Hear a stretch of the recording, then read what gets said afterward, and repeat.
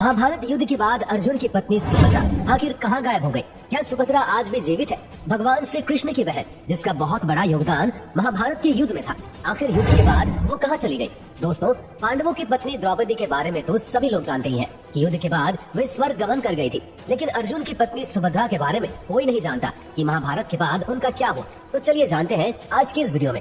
भगवान श्री कृष्ण और बलराम की बहन अर्जुन की पत्नी और वीर अभिमन्यु की माता सुभद्रा, जिसने महाभारत में एक महत्वपूर्ण भूमिका निभाई थी। इनके पिता का नाम वासुदेव और माता का नाम रोहिणी था। वासुदेव और देवकी की 8वीं संतान भगवान श्री कृष्ण का जन्म होते ही वासुदेव उन्हें रात्रि के समय गोकुल में अपने भाई नंद को सौंप आए थे। वो बदले में नंद की नवजात पुत्री को ले आए थे ताकि कंस को ये भ्रम हो सके कि उनकी 8वीं संतान एक कन्या है। बाद में कंस द्वारा कन्या के वध का प्रयास करने पर कन्या योग माया के रूप में प्रकट होकर अंतर्ध्यान हो गई और बाद में सुभद्रा के नाम से पहचानी जाने लगी। एक कथा के अनुसार रैवतक नाम पर्वत पर एक आयोजन किया गया। इस आयोजन को एक उत्सव की तरह आयोजित किया गया। कई शूरवीर भी इस आयोजन में आए। श्री कृष्ण और अर्जुन भी इस आयोजन का आनंद उठाने पहुँचे। वहाँ पर सुभद्रा भी मौजूद थी। अर्जुन सुभद्रा को देखकर मोहित हो गए।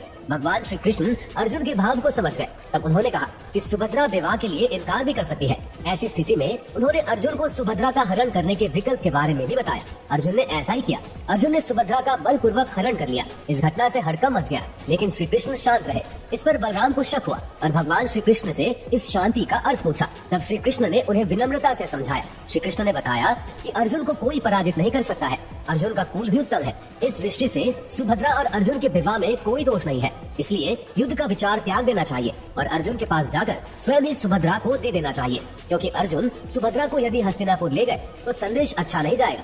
श्री कृष्ण की ये बात सभी के समझ में आ गई और स्वीकृति प्रदान कर दी गई। इसके बाद द्वारका में सुभद्रा का विवाह संपन्न कराया गया। उसके बाद उन्हें प्राप्ति होती है वीर अभिमन्यु की। लेकिन सवाल ये उठता है कि आखिर महाभारत के युद्ध के बाद सुभद्रा का क्या हुआ? वीर अभिमन्यु तो वीर गति को प्राप्त हुए, साथ ही अर्जुन कुछ वर्षों बाद ही स्वर्ग के लिए प्रस्थान कर गए। तो उसके बाद आखिर हुआ तो हुआ क्या?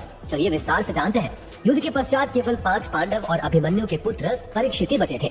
गांधारी के शाप के कारण सभी यदुवंशियों का विनाश हो चुका था और श्री कृष्ण ने भी अपना देह त्याग दिया था, जिससे दुखी होकर 5 पांडव द्रौपदी के साथ संन्यास लेकर हिमालय चले गए।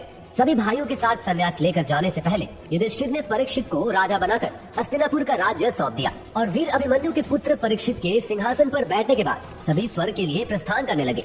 युधिष्ठिर ने दोनों राज्यों हस्तिनापुर को अपने पोतों को शासित करने के लिए दे दिया।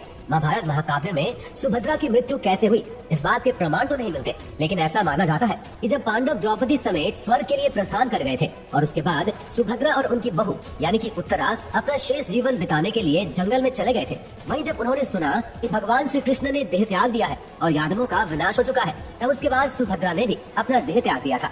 राजा परीक्षित ने बहुत समय तक न्यायपूर्वक राज्य किया। बाद में तक्षक नाग के डसने पर उनकी भी मृत्यु हुई।